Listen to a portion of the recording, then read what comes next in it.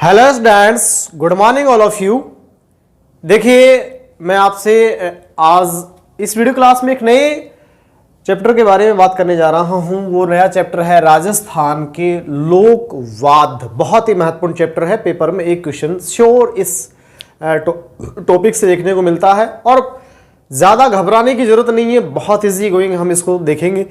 देखिए, सबसे पहले मैं बात करता हूं, राजस्थान के लोकवादों को 4 भागों में विभाजित किया गया है।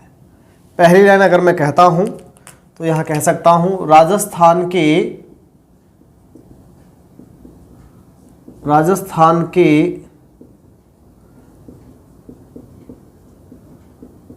लोकवादों को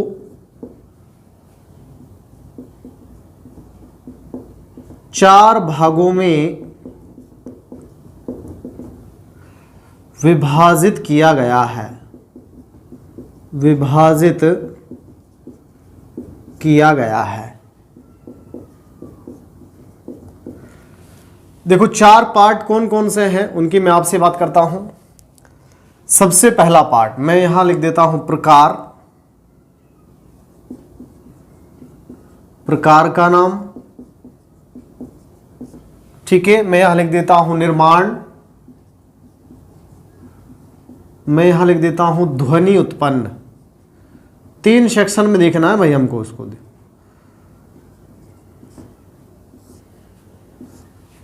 देखिए, सबसे पहला प्रकार, सबसे पहला जो प्रकार है नंबर 1 में आपसे बात करता हूं, वो है अवनद, या इसे बोलते हैं तालवाद, ठीक है। दूसरा प्रकार जो है उसको बोलते हैं तत्वाद।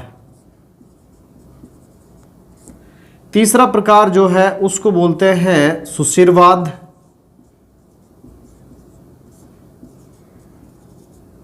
और चौथा जो प्रकार है उसको बोलते हैं घनवाद। क्या बोलते हैं? घनवाद। देखिए, सबसे पहला जो प्रकार है उसको देखते हैं, अवनद या तालवाद। इसमें देखो, सबसे पहली बात देखने वाली स्थिति यह है कि भाई निर्माण किससे हुआ। देखो, निर्माण लकड़ी से भी हो सकता है, चमड़े से भी हो सकता है और धातु से भी हो सकता है, ठीक है। निर्माण से हमें कोई लेना देना नहीं है। हमें तो चाहिए कि भाई ध्वनि कहां से उत्पन्न हो रही है। तो ध्वनि यहां किससे? चमड़े से उत्पन्न होती है, चमड़े से। समझ में आया भाई? निर्माण से कोई मतलब नहीं है किससे निर्मित है, लकड़ी से निर्मित है, चमड़े से निर्मित है या धातु से निर्मित है। हमें तो मतलब यह है कि ध्वनि कहां से उत्पन्न हो रही है? चमड़े से उत्पन्न हो रही है। क्लियर हुआ भाई? तो वे वाद जिनमें चमड़े पर थाप लगाने से या चमड़े को डंडे से पीटने से, जो भी है, डंडे से पीटा जाए चाहे हाथ से पीटा जाए, जो भी है, चमड़े से ध्वनि उत्पन्न होती है, वे वाद कहलाते हैं अवनद या तालवाद। क्लियर हुआ भाई? दूसरा हम बात करते हैं तत्वाद। देखो, ये लकड़ी से भी निर्मित हो सकते हैं, ये चमड़े से भी निर्मित हो सकते हैं और ये धातु से भी निर्मित हो सकते हैं, ठीक है। लेकिन ध्वनि किससे उत्पन्न होती है? ध्वनि उत्पन्न होती है तार से। किससे? तार से। मैंने कहा देखो, चमड़े से की पिटाई हम डंडे से भी कर सकते हैं, डंडे से, या चमड़े की पिटाई हम किससे कर सकते हैं? हाथ से कर सकते हैं। क्लियर? ऐसे ही तार से, ध्वनि तार से उत्पन्न होगी। मैंने कहा निर्माण से हमें कोई लेना देना नहीं है, लकड़ी से भी निर्मित हो सकता है, चमड़े से भी और धातु से भी। ध्वनि किससे उत्पन्न होती है? तार से। अब तार में भी 2 कंडीशन है। एक तो अंगुलियों से, जैसे आप लोगों ने देखा होगा गिटार वगैरह जो है वो अंगुलियों से बजाया जाता है, ठीक है। अंगुलियों में एक छल्ला पहनते हैं, उसको बोलते हैं मिजराब। मिजराब से या अंगुलियों से एक ही बात है, ठीक है। या फिर होता है किससे? आप लोगों ने मोहब्बतें मूवी देखी होगी, उसमें शाहरुख खान जो है वायलिन बजाता है। अब वायलिन में क्या होता है? ऐसे रख के ऐसे बजाते हैं। या चिकारा वगैरह देखा होगा, ठीक है। तो उसमें क्या होता है? गज का प्रयोग, उसको बोलते हैं गज से। तो या तो गज से, तार के ऊपर गज से ध्वनि उत्पन्न होगी, या तार के ऊपर मिजराब से ध्वनि उत्पन्न होगी, ठीक है। ऐसे चमड़े के ऊपर या तो डंडे से प्रहार करने से या हाथ से, ठीक है। अगला जो वाद है वो वाद कहलाता है सुशिरवाद। तो तत्ववाद समझ में आया भाई। निर्माण से कोई लेना देना नहीं है, हमें किसी से भी निर्मित हो सकता है। ठीक है, हमें तो मतलब है कि इससे ध्वनि कहां से और कैसे उत्पन्न हो रही है। ठीक है, सुशिरवाद वापस में बात करता हूं, ये लकड़ी से निर्मित हो सकता है, ये धातु से भी निर्मित हो सकता है, ये चमड़े से भी निर्मित हो सकता है। ठीक है, और इसके अलावा मैं और कह दूं यहां ये पाषाण से या पत्थर से भी निर्मित हो सकता है, जो भी है। ठीक है, बट ध्वनि फूंक मारने से या हवा भरने से। क्लियर भाई? ठीक है, नेक्स्ट में बात करता हूं घनवाद। वापस में बात करता हूं, यहां देखिए ये लकड़ी से भी निर्मित हो सकते हैं, ये धातु से भी निर्मित हो सकते हैं, ये चमड़े से भी निर्मित हो सकते हैं, निर्मित किसी से भी हो सकते हैं भाई, लेकिन ध्वनि चोट या आघात से।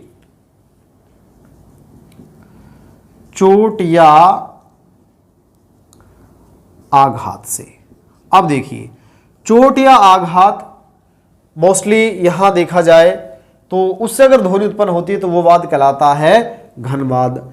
फूंक मारने से, हवा भरने से ध्वनि उत्पन्न होती है तो सुशिरवाद। तार से, अब तार को दो तरह से मेजराब से बजाया जाए या गज की सहायता से तार से ध्वनि उत्पन्न होती है तो तत्वाद, और चमड़े से ध्वनि उत्पन्न होती है तो अवनतवाद। एक बहुत अच्छा एग्जाम्पल मैं यहां आपको समझा देता हूं। ये एक वाद है,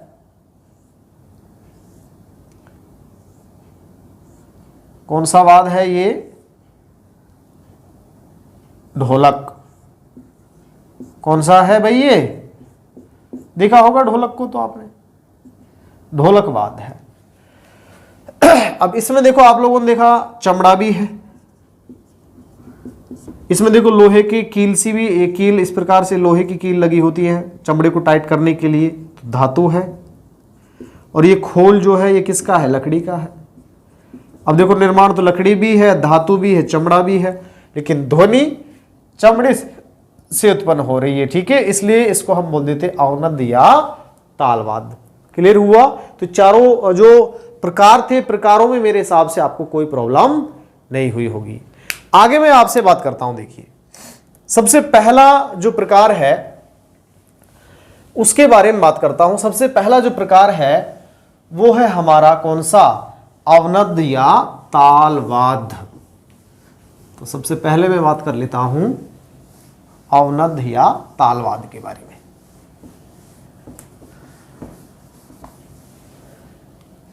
तो सबसे पहला प्रकार एक एक करके चारों पढ़ेंगे हम। फर्स्ट अवनद या तालवाद।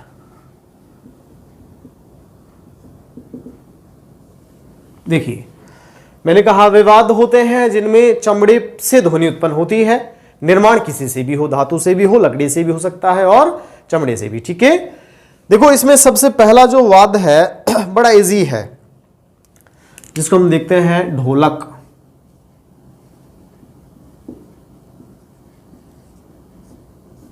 ठीक है, ढोलक जो है बेसिकली मैं कह सकता हूं एक मांगलिक वाद है, एक मांगलिक वाद है।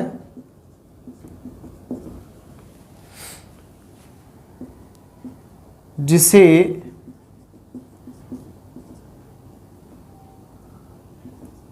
भजन गाते समय बजाया जाता है। ठीक है, अलीगढ़ और नीमच की ढोलक, अलीगढ़ और नीमच के ढोलक प्रसिद्ध हैं,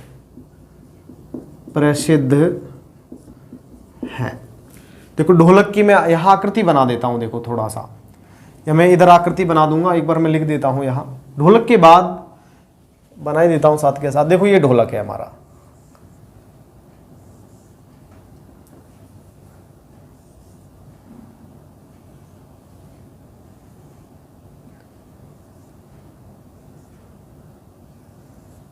ये क्या है? ये हमारा ढोलक है। क्लियर?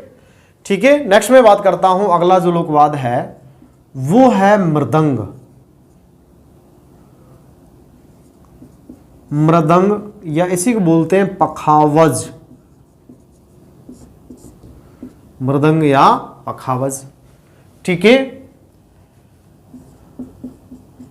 ढोलक जैसी आकृति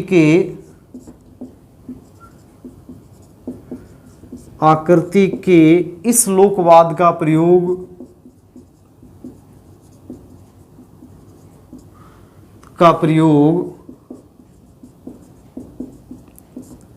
मंदिरों में किया जाता है।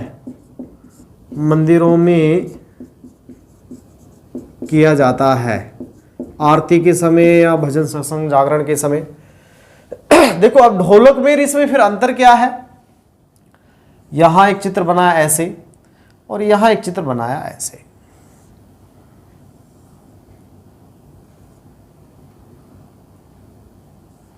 देखिए इस प्रकार से, समझ में आया भाई? इस प्रकार से अगर हम आपसे बात करते हैं, ये लो, ढोलक में एक साइड बड़ा है दूसरा साइड छोटा है, लेकिन इतना छोटा नहीं है, तुलनात्मक रूप से छोटा तो है लेकिन बहुत ज्यादा नहीं है। मृदंग में क्या है, एक साइड बहुत ज्यादा बड़ा होता है, दूसरा साइड बहुत ज्यादा क्या होता है, छोटा होता है। एक साइड बहुत ज्यादा बड़ा होता है और दूसरा साइड बहुत ज्यादा छोटा होता है, तो वो कहलाता है मृदंग या पखावज। देखो चित्र सहित मैं आपको समझा रहा हूं, बिल्कुल भी रटने की आपको जरूरत नहीं पड़ेगी, मुझे उम्मीद है। ठीक है, नेक्स्ट में बात करता हूं, अगला जो लोकवाद है वो है ढोल। कौन सा है? ढोल। वैवाहिक अवसरों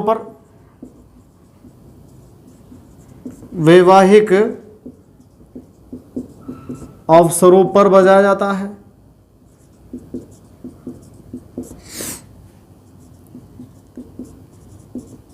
ठीक है, देखो ये कैसा होता है, बिल्कुल ऐसा होता है।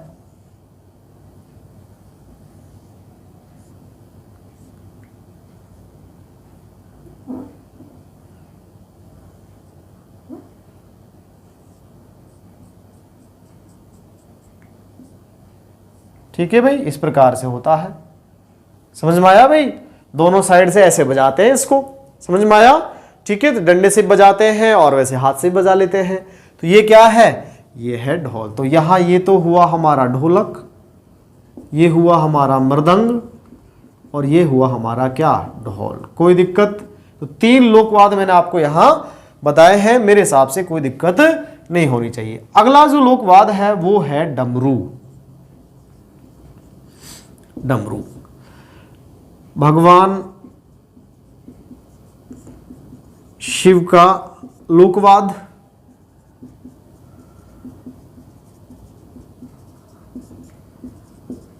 विश्व का प्राचीनतम लोकवाद, विश्व का सबसे प्राचीन, क्योंकि सृष्टि के निर्माता ब्रह्मा विष्णु महेश को माना गया है, सबसे प्राचीन लोकवाद। क्लियर? और डमरू आप जानते ही हैं, देखो इस प्रकार से होता है डमरू।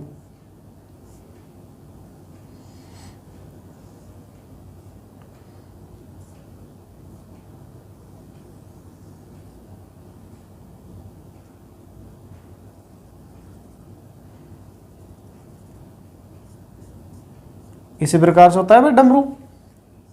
ठीक है, तो मैं कह सकता हूं ये है हमारा क्या? डमरू। क्लियर? तो विश्व का सबसे बड़ा सबसे प्राचीन लोकवाद है और भगवान शिव का लोकवाद है डमरू। ठीक है, नेक्स्ट मैं बात करता हूं, अगला जो लोकवाद है वो है डेरू। डेरू डमरू का बड़ा रूप होता है, डमरू का बड़ा रूप होता है। क्या होता है? डमरू का बड़ा रूप होता है तथा इसका प्रयोग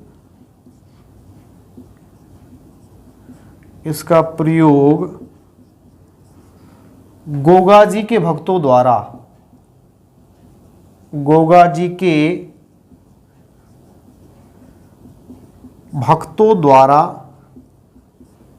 किया जाता है। क्लियर? अब देखो ये कैसा होता है, ये ऐसा होता है।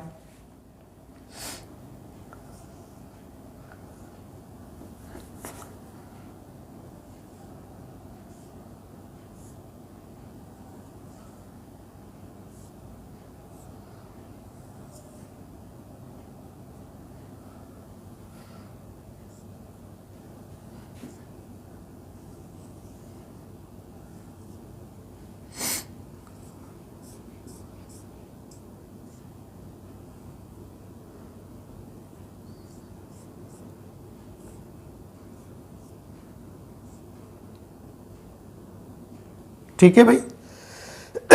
इसमें क्या होता है, ये नहीं होता। डमरू को तो हम ऐसे पकड़ लेते हैं, यूं हिला देते हैं, लेकिन ये थोड़ा बड़ा होता है, इसको ऐसे नहीं यूं हिलाते हैं। ठीक है, इसको रखते हैं ऐसे, बीच में से डमरू जैसी आकृति होता है, साइज में थोड़ा बड़ा होता है।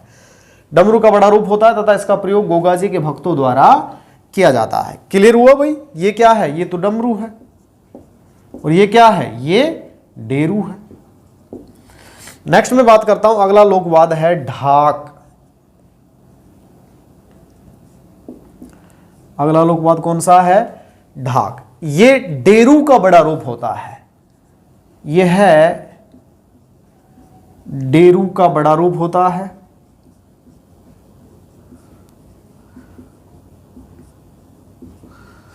जिसका प्रयोग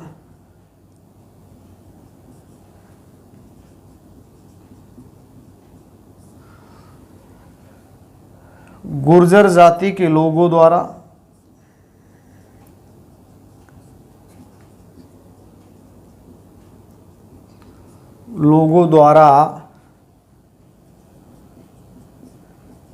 बाबा रामदेव जी, बाबा देवनारायण जी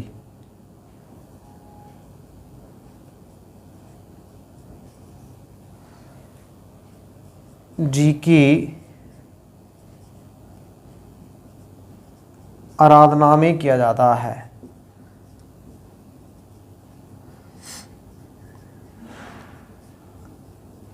क्लियर भाई? ये डेरू का बड़ा रूप होता है जिसका प्रयोग गुर्जर जाति के लोगों द्वारा बाबा देवनारायण जी के आराधना में किया जाता है। तो ये देखो कैसा होता है, यहां से देखो इसका बड़ा रूप हम कर रहे हैं, तो यहां से बीच में से बड़ा और यहां से साइड में से बड़ा। ठीक है भाई, ऐसे मैं इधर कर देता हूं इस प्रकार से।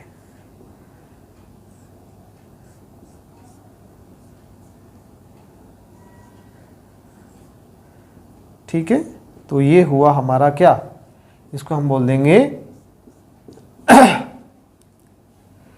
ढाक। क्लियर भाई? तो देखो मैंने 5-6 चित्र बनाए यहां।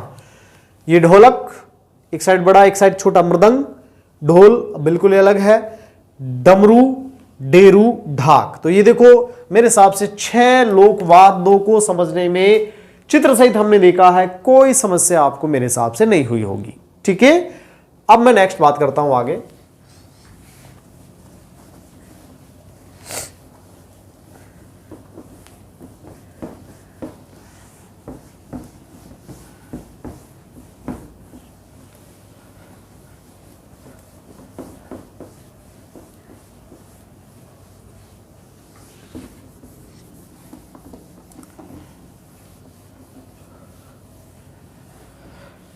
अगला जो लोकवाद है वो है खंजरी।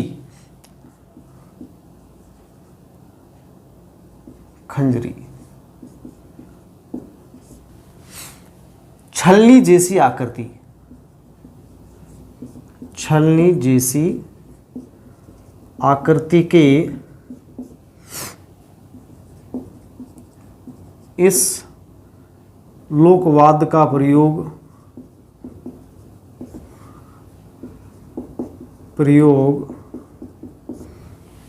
मंदिरों में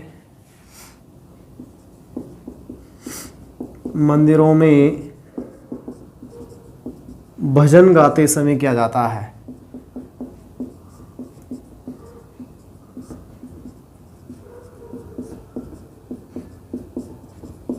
क्लियर भाई? ठीक है, अब छलनी कैसी होती है, देखो आटा छानने वाली छलनी होती है ना हमारी, आटा छानने वाली जो छलनी है, ठीक है, इस प्रकार से मैं इस छलनी की बात कर लेता हूं आपसे, ठीक है, या फिर मैं ऐसे कर लेता हूं,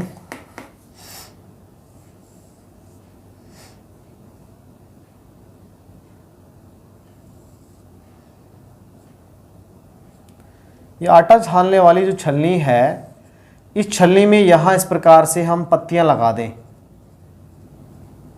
ठीक है भाई। ये आटा छानने वाली छलनी है, इसमें एक साइड में तो हम लगा दें चमड़ा, इधर तो लगा दें चमड़ा, जिधर छलनी में छोटे छोटे छेद होते हैं उधर चमड़ा लगा देते हैं, उसके जो किनारे होते हैं उनमें लगा दें क्या, पत्तियां। और उसके बाद एक हाथ से पकड़े, एक हाथ से हम क्या करें, इनको बजाएं, पत्तियों की आवाज भी आती है, चमड़े की आवाज भी आती है, ठीक है। तो इसको बोलते हैं हम क्या, खंजरी। तो छलनी जैसी आकृति की इस लोकवाद्य का प्रयोग मंदिरों में भजन गाते समय या आरती के समय किया जाता है। नेक्स्ट मैं बात करता हूं ढपली।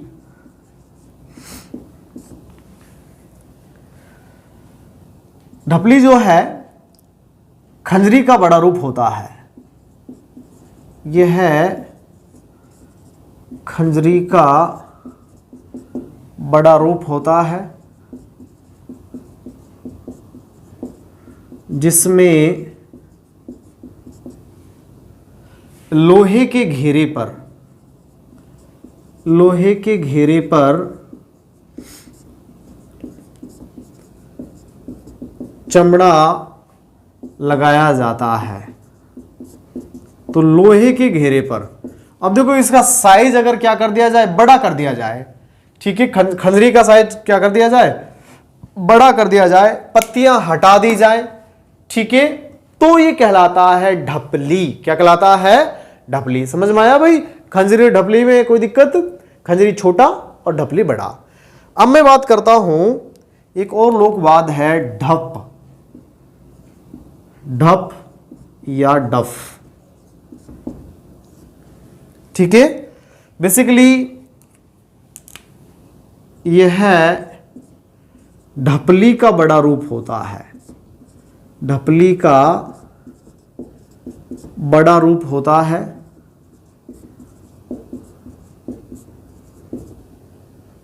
जिसे बैठकर बजाया जाता है। इतना भारी भरकम होता है कि इसको क्या किया जाता है, बैठकर बजाया जाता है, बैठकर बजाया जाता है।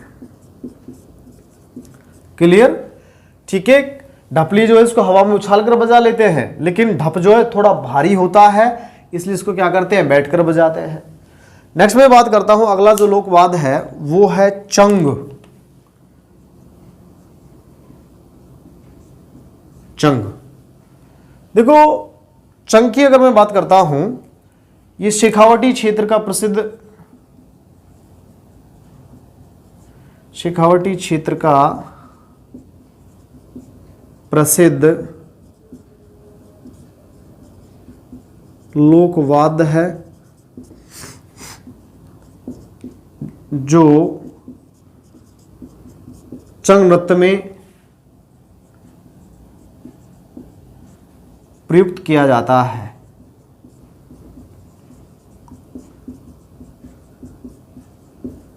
ठीक है, इस लोकवाद्य का निर्माण, इस लोकवाद्य का निर्माण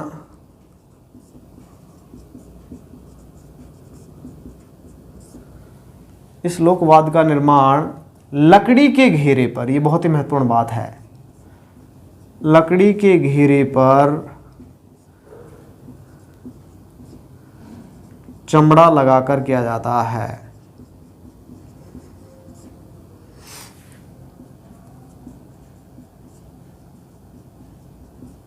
समझ में आया भाई। अब देखिए, अब आप ये कहेंगे सर ढप में, ढपली में, चंग में, इनमें अंतर क्या है। यहां देखिए लोहे के घेरे पर चमड़ा लगा और ये इसका क्या हुआ, बड़ा रूप हुआ, तो ये निश्चित रूप से लोहे के घेरे पर ही चमड़ा मढ़ा गया। यहां महत्वपूर्ण बात है लकड़ी के घेरे पर चमड़ा लगा। ठीक है भाई, लकड़ी के घेरे पर चमड़ा लगा दिया जाए तो बनता है चंग, समझ में आया, और लोहे के घेरे पर चमड़ा लगा दिया जाता तो बनता है ढप या ढपली। समझ में आया, चूंकि लोहे का घेरा है तो वजनदार होगा, तो इसलिए उसको हमने बोल दिया ढप मतलब बैठकर बजाया जाने वाला, ठीक है। जबकि चंग जो है ये किसका, इसमें लकड़ी का घेरा होता है। नेक्स्ट में बात करता हूं, अगला जो लोकवाद है वो है घेरा। कौन सा है, घेरा। अब घेरा क्या है, देखिए भाई, घेरा की अगर मैं बात करता हूं तो लकड़ी की अष्टभुजाकार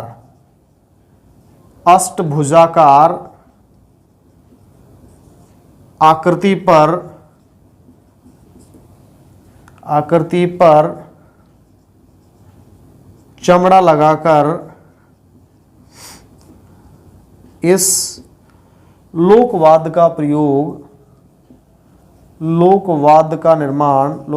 का निर्माण किया जाता है।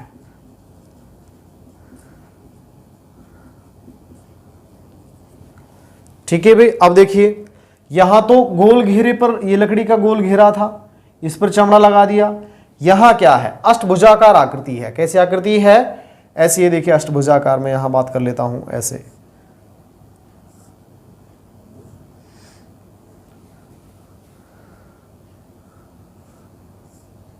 इस प्रकार से, ठीक है।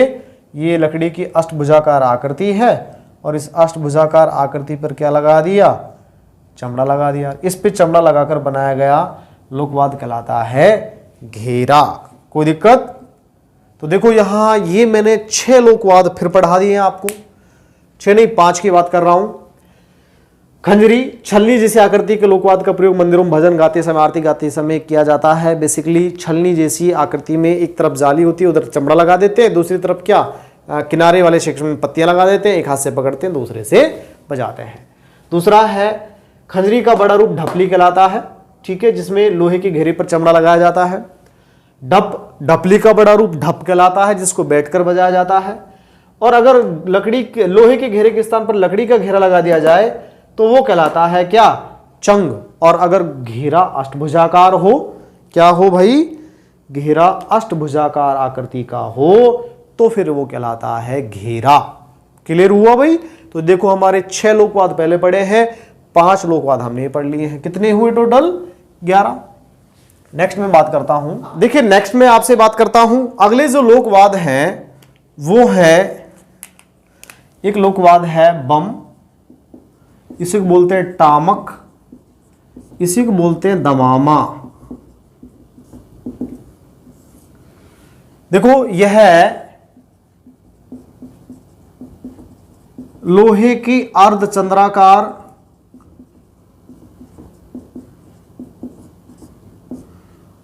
कड़ाहे नुमा, अर्धचंद्राकार कड़ाहे नुमा आकृति पर चमड़ा लगाकर बनाया जाता है, ठीक है भाई। इससे लकड़ी के 2 मोटे डंडों से बजाया जाता है, जिन्हें बम कहा जाता है, ठीक है भाई। एक लाइन और कह सकते हैं इसके बारे में, यह है राजस्थान का सबसे बड़ा अवनद ऑब्लिक तालवाद है। क्लियर भाई? देखो क्या है ये, मैंने कहा कि भाई लकड़ी एक अर्धचंद्राकार लोहे की कढ़ाई नुमा आकृति, ऐसे, ठीक है भाई। इस कढ़ाई नुमा आकृति पर क्या लगा दिया हमने, चमड़ा लगा दिया। और लकड़ी के मैंने कहा 2 मोटे मोटे डंडों से क्या किया जाता है, इन्हें बजाया जाता है, जिनको क्या कहा जाता है, बम कहा जाता है, ठीक है। इसका प्रयोग, एक लाइन और कह सकते हैं हम, इसका प्रयोग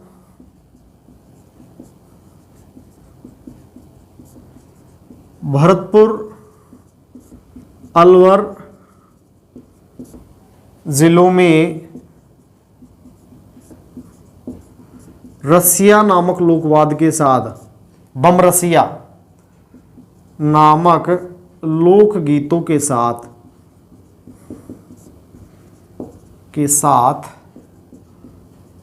किया जाता है।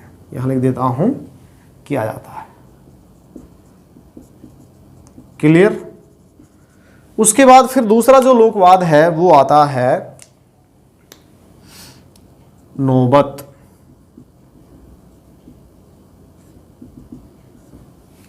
देखो ये बम टामक या दमामा से छोटा होता है। यह आकार में बम से छोटा, परंतु आकृति में उसके समान होता है।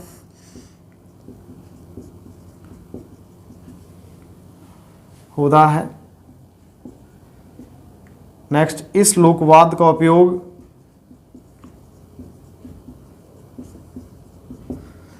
उपयोग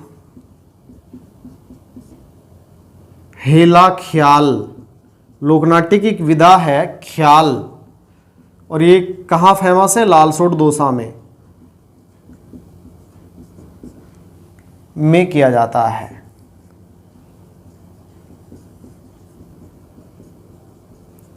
ठीक है भाई, तो इस प्रकार से ये थोड़ा साइज में क्या कर दो, इससे छोटा कर दीजिएगा ऐसे। क्लियर। ये क्या हो गया? नौबत हो गया। ठीक है। उसके बाद एक और लोकवाद है नगाड़ा, या इसे बोलते हैं नौकारा या नकारा। ठीक है। ये आकार में नौबत से छोटा होता है। यह आकार में नौबत से छोटा, परंतु आकृति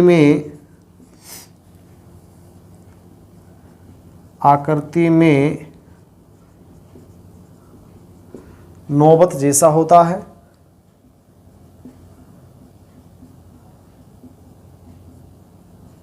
इसका उपयोग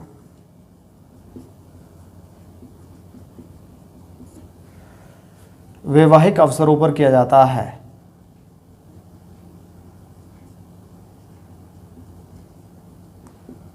अवसरों पर किया जाता है।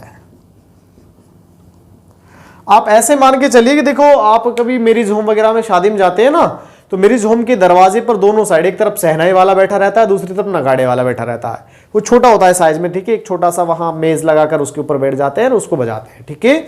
तो ओवरऑल हम ये कह सकते हैं साइज में और छोटा कर दिया हमने, इसको साइज में और छोटा कर दिया।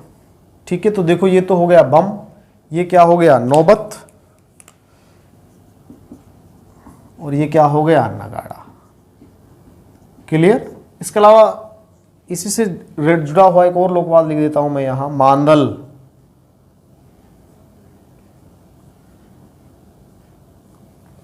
ठीक है। इस लोकवाद का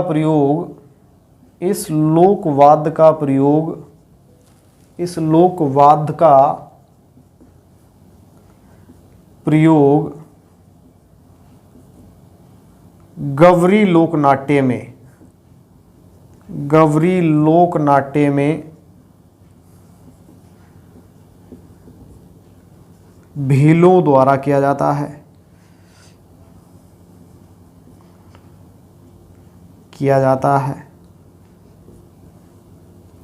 ठीक है। ये बिल्कुल ऐसा होता है, देखो इस टाइप से। ये तो नीचे से बिल्कुल ऐसे थे, ये थोड़ा सा नीचे से ऐसा होता है। ठीक है।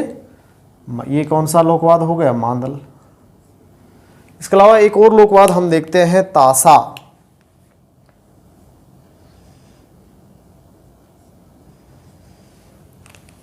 इस लोकवाद का उपयोग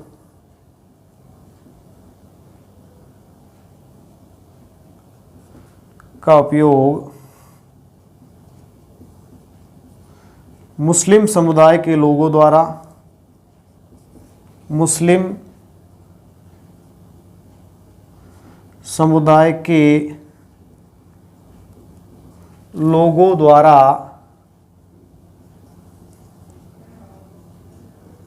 मुहर्रम के अवसर पर किया जाता है। एक एक करके वापस इनको रिवाइज करा देता हूं। बम टामक या दमामा जो है लोहे के अर्धचंद्राकार कड़ाही नुमा आकृति पर चमड़ा लगाकर इसका निर्माण किया जाता है। 2 डंडों से बजाया जाता है और इन डंडों को बम कहा जाता है। ठीक है, राजस्थान का सबसे बड़ा अवनद या तालवाद है जिसका प्रयोग भरतपुर और अलवर जिलों में रसिया नामक लोकगीतों के साथ किया जाता है। नौबत जो है साइज में छोटा होता है। हेला ख्याल लोकनाट्य है, उसमें इसका प्रयोग किया जाता है। ठीक है, नगाड़ा उससे भी छोटा होता है। इसका उपयोग जो है वैवाहिक अवसरों पर मैरिज होम के साइड में आप लोगों ने देखा होगा, मैंने बताया दरवाजे पर दोनों साइड में बैठे रहते हैं, उनके द्वारा ये बजाया जाता है। मांगलिक हम कह सकते हैं इसको, लोकगीत है, मांगलिक लोकवाद है। मांदल जो है इसका उपयोग गवरी लोकनाट्य में किया जाता है भील जनजाति के लोगों द्वारा। ताशा जो है ये मुस्लिम समुदाय के लोगों द्वारा मुहर्रम के अवसर पर बजाया जाता है। ठीक है, ये मैंने साइज बताया इसका, इस टाइप का होता है। ठीक है, इसमें बांस की 2 पतली डंडियां होती हैं, उन डंडियों के माध्यम से इसको लटका लिया जाता है ऐसे और गले में इस टाइप से बजाया जाता है। ठीक है, ये हुआ हमारा क्या, ताशा लोकवाद। आगे मैं बात करता हूं अवनद लोकवादों में ही। तो देखो ये साइज में देखो एक जैसे थे, बम, नौबत, नगाड़ा, मादल और ताशा। थोड़ा थोड़ा सा अंतर था, ज्यादा डिफरेंस नहीं था। ये मैंने चित्र भी इनके बनाए हैं। नेक्स्ट मैं आपसे बात करता हूं, अगला जो लोकवाद है वो है कुंडी। अगला जो लोकवाद है उसकी अगर मैं आपसे बात करता हूं तो अगला लोकवाद कौन सा है, कुंडी। कुंडी या कुंडी। अब कुंडी शब्द आप लोगों ने सुना होगा अक्सर। देखो गांव में कागज को गलाकर, जो रद्दी कागज है उसको गला करके उसमें मुल्तानी मिट्टी मिला करके क्या बनाई जाती थी, एक पात्र बनाया जाता था जिसको गांव में आम बोलचाल की भाषा में कुंडी बोलते थे। क्या बोलते थे, कुंडी। तो देखो अगला जो लोकवाद है वो है कुंडी। ठीक है, बेसिकली इस लोकवाद का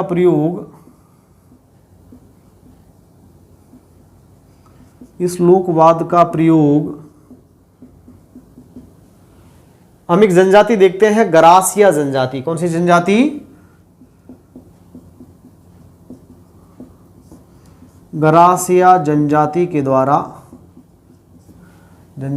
द्वारा किया जाता है। ठीक है, ये थोड़ा देखो इस टाइप का साइज होता है इसका, वही ऐसा कुंडी जैसा। ठीक है, थोड़ी गहरी होती है इस प्रकार से। ठीक है, इस टाइप से। एक और लोकवाद में आपसे बात करता हूं, माठ। बहुत ही फेमस है, बहुत ही प्रसिद्ध है पेपर की दृष्टि से, माठ। देखो लोक देवता पाबूजी, पाबूजी के पवाड़े, पवाड़े मतलब लोक गाथा, पाबूजी के दोहे किस लोकवाद के साथ गाए जाते हैं या बांचे जाते हैं, वो है माठ। मैं लिख देता हूं, इस लोकवाद के साथ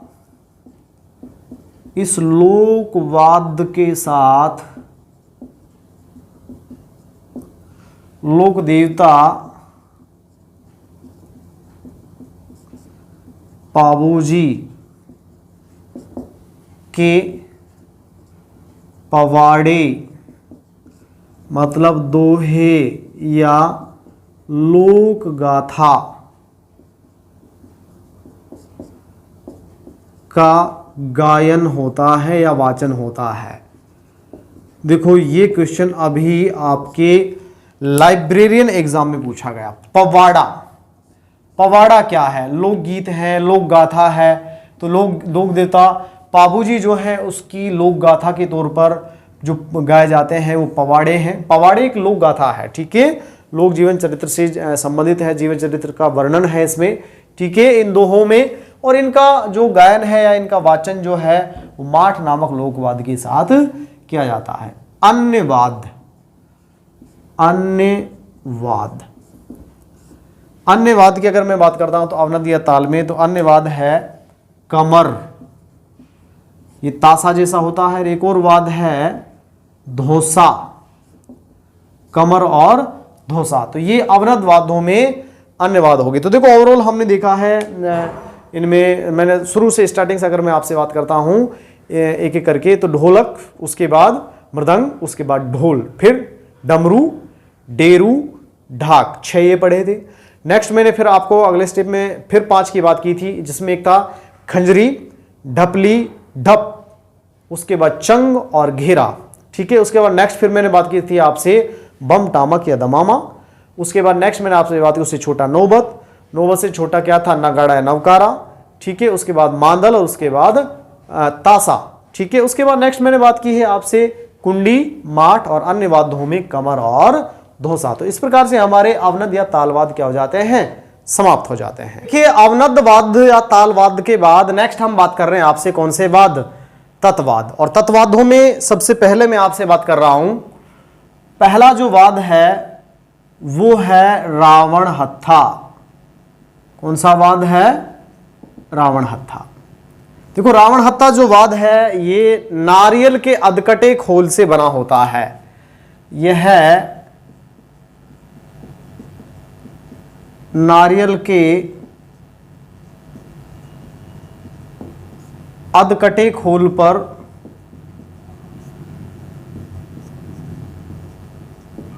चमड़ा लगाकर बनाया जाता है।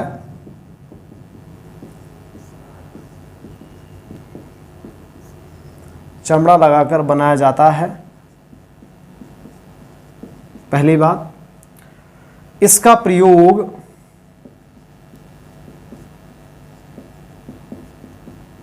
देखो चमड़ा होता है लेकिन तार से ध्वनि उत्पन्न होती है, इसलिए तत्वाद बोलते हैं इसको। लगा चमड़ा होता है लेकिन तार से ध्वनि उत्पन्न होती है, इसलिए तत्वाद बोलते हैं। इसका प्रयोग लोक देवता पाबूजी, तेजाजी, गोगाजी की फड़ के वाचन में, की फड़ या पढ़ के वाचन में किया जाता है, ठीक है भाई। देखो इस प्रकार की आकृति होती है इसकी।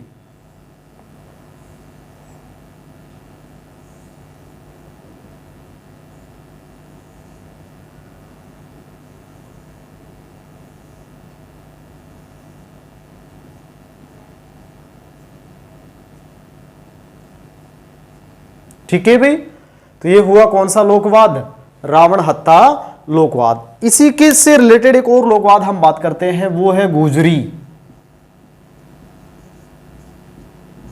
और ये रावण हत्या का छोटा रूप होता है, लिख देता हूं यहां, यह है रावण हत्या का छोटा रूप होता है, ठीक है भाई। रावण हत्या का छोटा रूप होता है, क्लियर। उसके बाद नेक्स्ट अगला जो लोकवाद है वो है, यहां मैं बात करता हूं एक तारा, या इसी को बोलते हैं एक तारा। देखो ये मीराबाई का लोकवाद था, यह है मीराबाई का लोकवाद था, जिसे आदिवाद भी माना जाता है।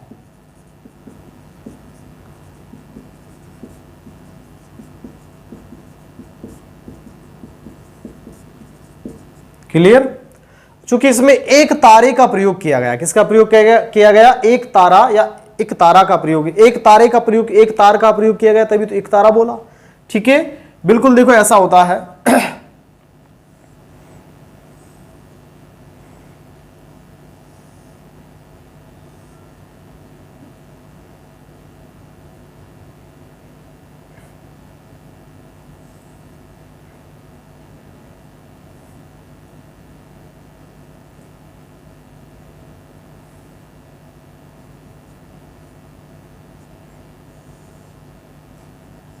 इस प्रकार से।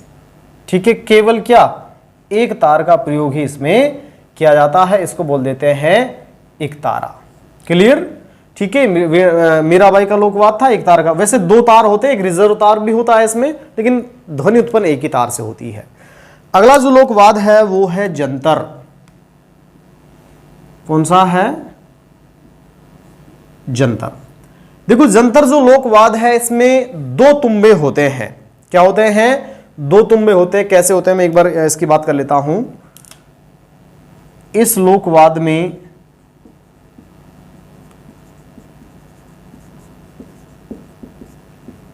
दो तुम्बों का प्रयोग किया जाता है। तुम्बा क्या है इसकी बात करूंगा। तुम्बों का प्रयोग किया जाता है,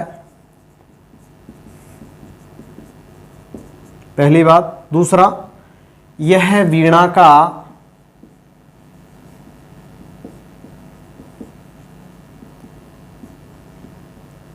आदि रूप माना जाता है, जिसमें वीणा का आदि रूप माना जाता है, जिसमें 5 से 6 तारों का प्रयोग, 5-6 तारों का प्रयोग किया जाता है।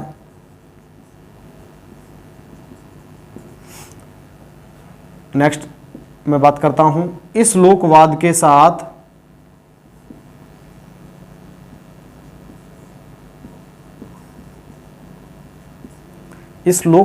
साथ लोक देवता देव नारायण जी की फड़ का वाचन किया जाता है। फड़ क्या होती है?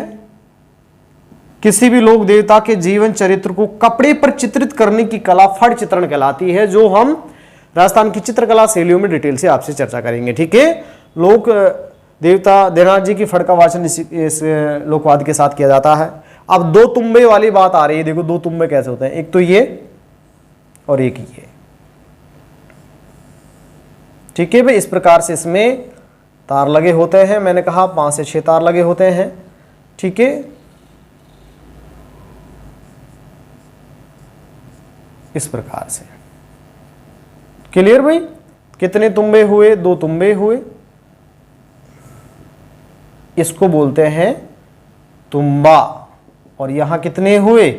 2 तुम्बे हो गए। ठीक है, इसको बोलते हैं जंतर लोकवाद। क्लियर हुआ भाई? तो जंतर जो लोकवाद है वीणा का आदि रूप माना जाता है, पहली बात। लोक देवता देवनाथ जी की फड़ का वाचन इसके साथ होता है। ठीक है, 5-6 तारों का प्रयोग होता है और इसमें कितने तुम्बे होते हैं? 2 तुम्बे लगे होते हैं। क्लियर? नेक्स्ट में बात करता हूं, अगला जो लोकवाद है वो है सुरमंडल। सुरमंडल देखो, इसमें लकड़ी का 1 से 1.25 फीट चौड़ा और 2 से 2.5 फीट लंबा एक बॉक्स होता है। उस बॉक्स में 25 से 26 तार लगे होते हैं और ये पश्चिम राजस्थान में लंगा और मांगणियार जाति के लोगों द्वारा बजाया जाता है। मैं कह सकता हूं इसका निर्माण लकड़ी के 1 से 1.25 फुट लंबे चौड़े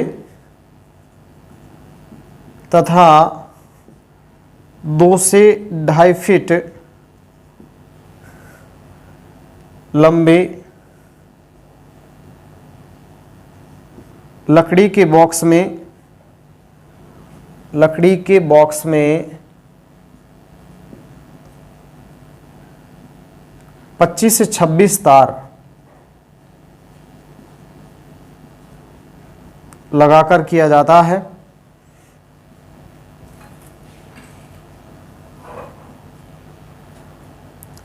नेक्स्ट में बात करता हूं, यह लोकवाद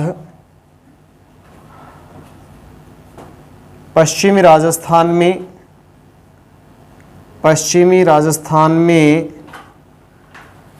लंगा और मांगणियार लंगा और मांगणियार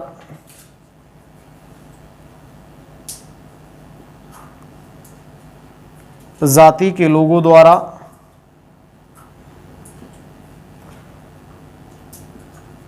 बजाया जाता है। देखो इसका अगर हम चित्र देखते हैं, मैंने कहा कि भाई 2 से 2.5 फीट लंबा तो क्या चौड़ा और 1 से 1.25 फीट चौड़ा और 2 से 2.5 फीट लंबा एक लकड़ी का बॉक्स होता है, और उस लकड़ी के बॉक्स में लगभग 25 से 26 तार लगे होते हैं, और इन तारों से ध्वनि उत्पन्न होती है, इसलिए इसको हम बोल देते हैं सुरमंडल। ठीक है, तो देखो सुरमंडल के बाद मैं आगे बात करता हूं। अगला जो तत्ववाद है वो है बहुत ही महत्वपूर्ण है पेपर की दृष्टि से, सारंगी। कौन सा लोकवाद है?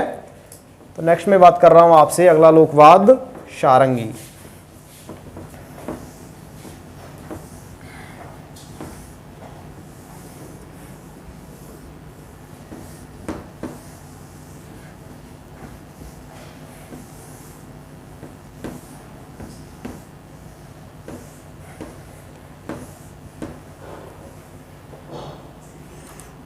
नेक्स्ट है सारंगी।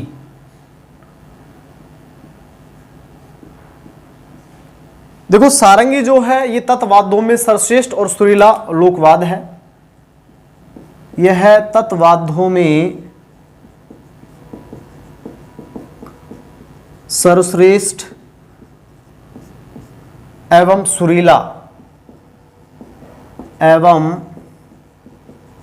सुरीला लोकवाद है। पहली बात देखो, आगे मैं बात करता हूं, इस लोकवाद का प्रयोग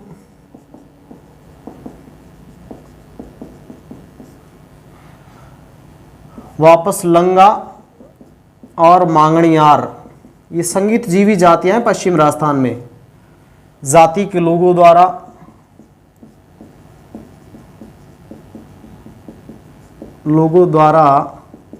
किया जाता है।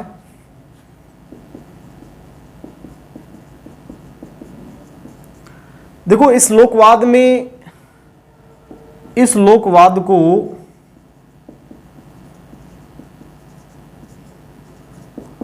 गज की सहायता से बजाया जाता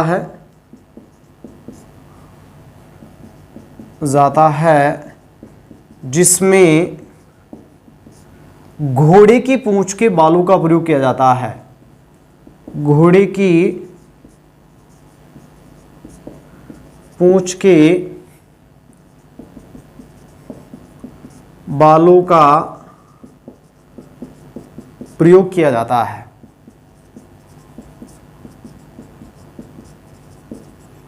ठीक है भाई, देखो एक लाइन और लिख देता हूं मैं इसके बारे में। इस लोकवाद में बकरे की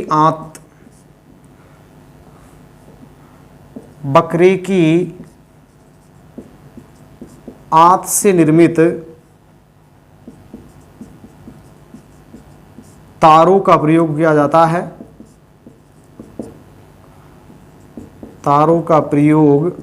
जाता है।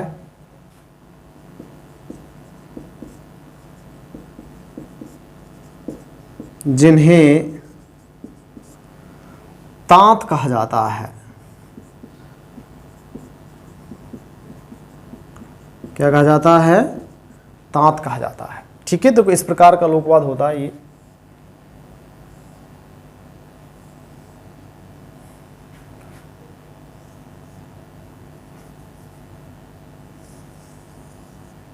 इस प्रकार से, ठीक है, ऐसे तार लगे होते हैं इसमें और ऐसे। क्लियर हुआ भाई? ठीक है, तो ये क्या हुआ? सारंगी। गज क्या होता है? देखो इस प्रकार से एक लकड़ी और इसमें एक तार लगा होता है ये। ठीक है, तो निश्चित रूप से इसको बोलते हैं गज। गज की सहायता से बजाया जाता है। देखो मैंने कहा कि गज में तो घोड़े की पूंछ के बालों का प्रयोग होता है, और तार जो है वो घोड़ी बकरी की आंत से बने होते हैं, जिन्हें क्या कहा जाता है, तांत कहा जाता है। सर्वश्रेष्ठ और सुरीला लोकवाद है। कौन सा लोकवाद? सारंगी। नेक्स्ट में बात करता हूं सारंगी के बाद चिकारा।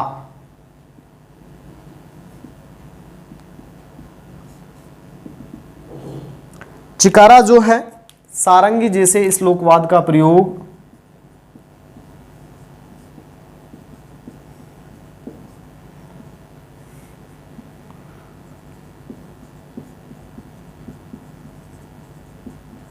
इस लोकवाद का प्रयोग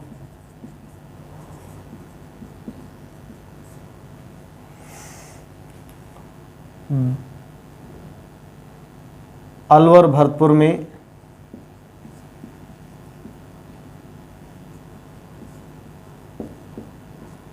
भैरू जी के भोपों द्वारा, भैरू जी के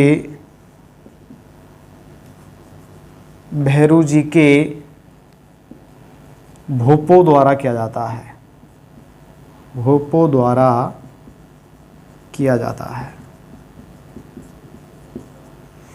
ठीक है भाई, सारंगी जैसा होता है। नेक्स्ट में बात करता हूं, अगला लोकवाद है कमायचा। कमायचा, ठीक है, ये सारंगी जैसा लोकवाद होता है, बट इसमें गज का प्रयोग नहीं किया जाता। यह है सारंगी जैसा लोकवाद होता है, परंतु इसे बजाने में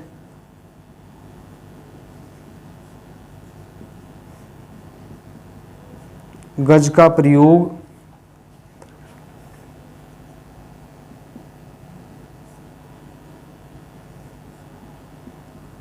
नहीं किया जाता। क्लियर? सेकंड, इसमें कुल 25 तारों का प्रयोग होता है तथा इसे लंगा और मांगणियार जाति के लोगों द्वारा बजाया जाता है। लंगा और मांगणियार जाति के लोगों द्वारा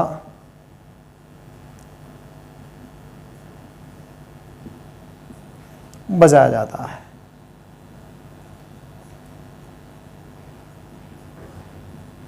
क्लियर? ठीक है, ये हुआ कौन सा? कमायचा। देखो कमायचा जैसा एक लोकवाद और मैं बता देता हूं आपको, रबाब, या इसी को बोलते हैं रबाज। मैं बात करता हूं रबाब या रबाज। जनरली बात की जाए इस लोकवाद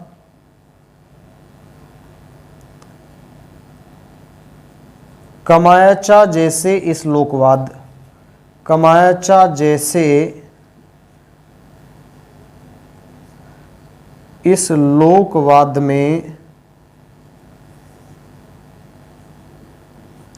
9 तारों का प्रयोग किया जाता है। 9 तारों का प्रयोग किया जाता है, पहली बात। सेकंड, दूसरी बात देखिए, इस लोकवाद का उपयोग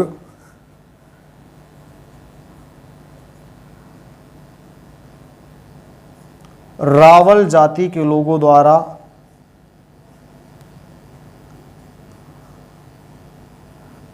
रावल जाति के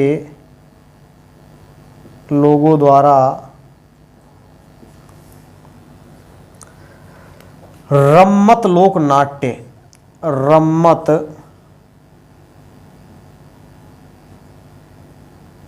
लोक नाट्य में किया जाता है।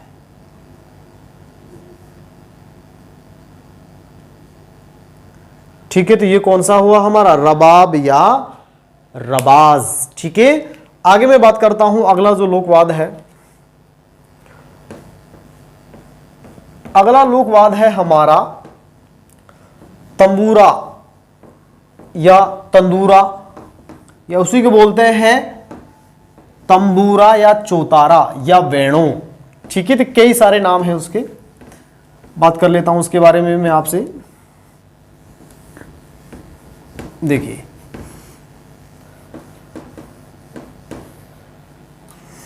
अगला लोकवाद मैं लिख रहा हूं तंबूरा, तंबूरा या तंदूरा या वेणु या चौतारा।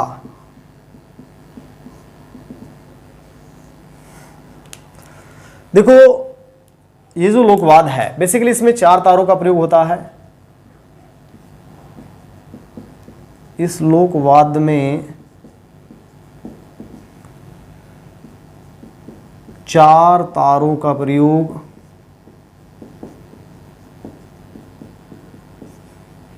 होता है, पहली बात। दूसरा, यह लोकवाद लोक देवता रामदेव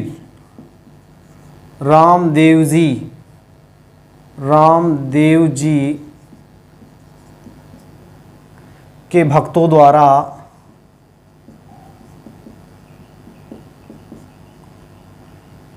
इसकी आराधना में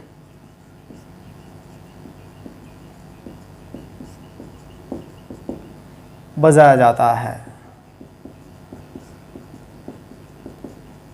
क्लियर? देखो, आकृति में थोड़ा सा यहां बता देता हूं इसकी आकृति कैसी होती है। ये ऐसा होता है, देखो यहां अगर मैं बनाऊं इसका चित्र इस प्रकार से,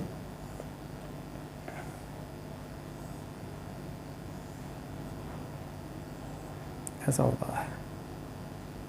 ठीक है, 4 तार होते हैं।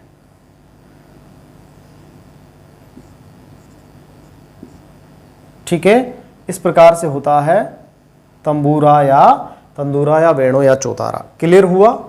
नेक्स्ट में बात करता हूं, अगला लोकवाद है अपंग। कौन सा है? अपंग। ठीक है, अपंग जो है पश्चिम राजस्थान में, यह लोकवाद पश्चिमी राजस्थान मोस्टली जैसलमेर में लंगा व मांगणियार जाति के द्वारा बजाया जाता है, के द्वारा बजाया जाता है। ठीक है, देखो ये कैसा होता है। इस प्रकार से लकड़ी का एक बॉक्स होता है,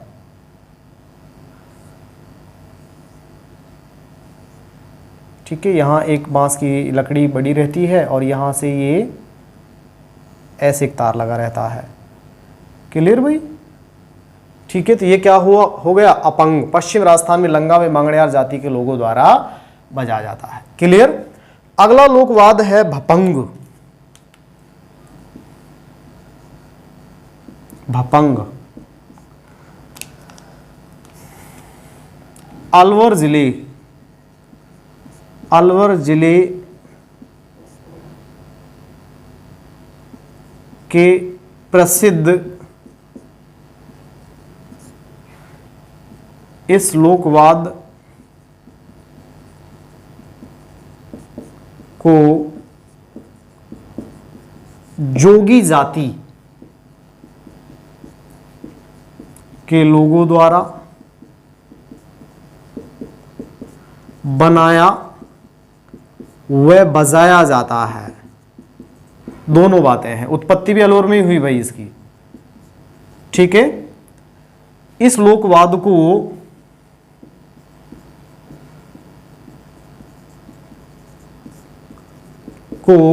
ज़हूर खां मेवाती,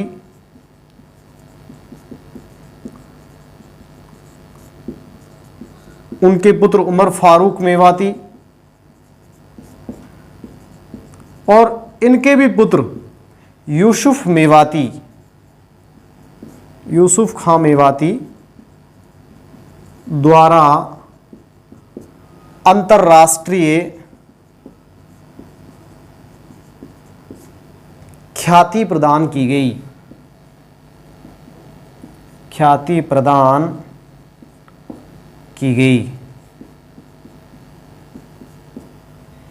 ठीक है। देखो ये कैसा होता है, ये बिल्कुल इस टाइप का होता है, देखिए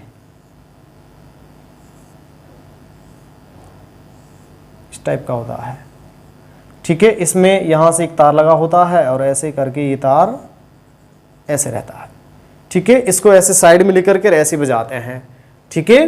तो भपंग बहुत ही फेमस लोकवाद रहा है अलवर जिले का। बेसिकली जोगी जाति के लोगों द्वारा इसे बजाया और बनाया जाता है। ज़हूर खां मेवाती, उमर फारूक मेवाती और यूसुफ मेवाती इसके प्रमुख कलाकार रहे हैं। नेक्स्ट मैं बात करता हूं दुकाकी। दुकाकी, दुकाकी जो है भील जनजाति के इस लोकवाद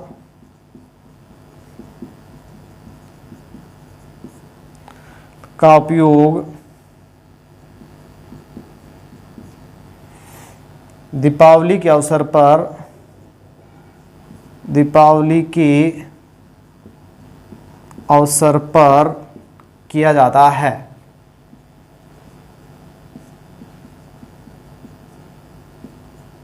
देखो ये कैसा है, दुकाकी की अगर मैं बात करता हूं,